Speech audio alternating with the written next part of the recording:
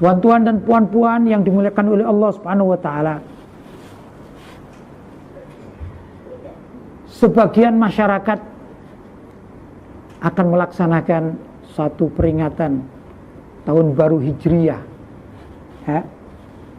Dan kita juga ingin bersama dengan mereka yang peduli terhadap tahun baru Hijriyah, tahun baru Islam.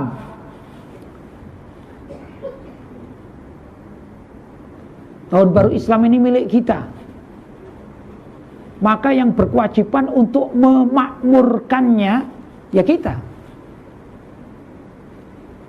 Sangat berbeda tahun baru milik orang-orang Kristen, yaitu tahun baru Masehi. Ya, umumnya tahun baru Masehi itu diperingati dengan hura-hura,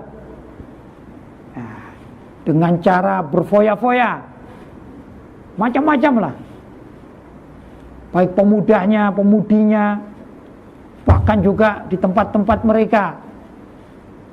Yang ironisnya umat Islam seringkali ikut arus dalam peringatan tahun baru Masehi, padahal itu adalah miliknya orang non-muslim, lebih tepat miliknya orang Kristen.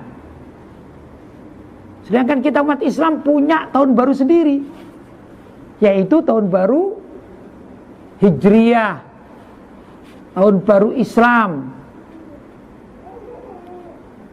Di Malaysia insya Allah awal tahun baru itu hari Jumat ya.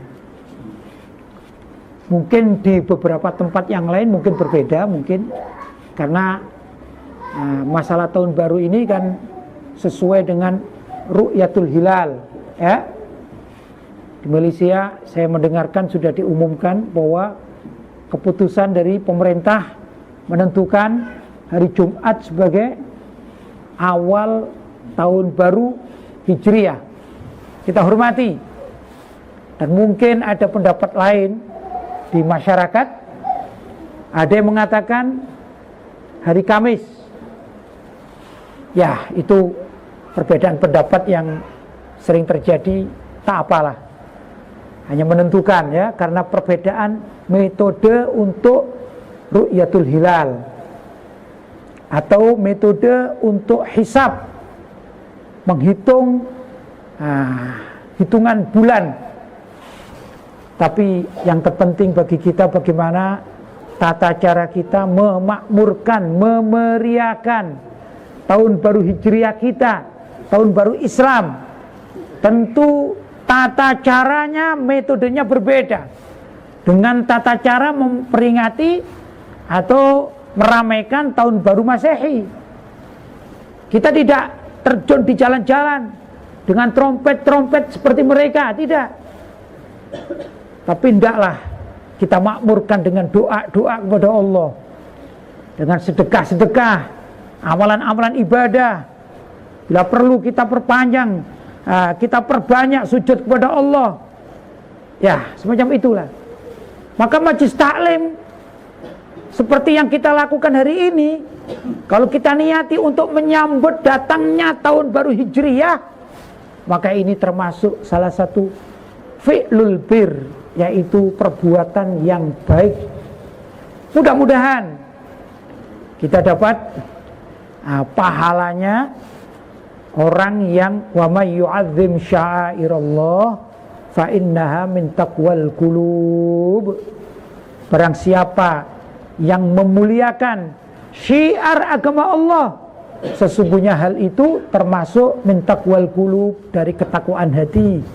Maka orang yang hatinya bertakwa kepada Allah akan mendapatkan pahala yang besar.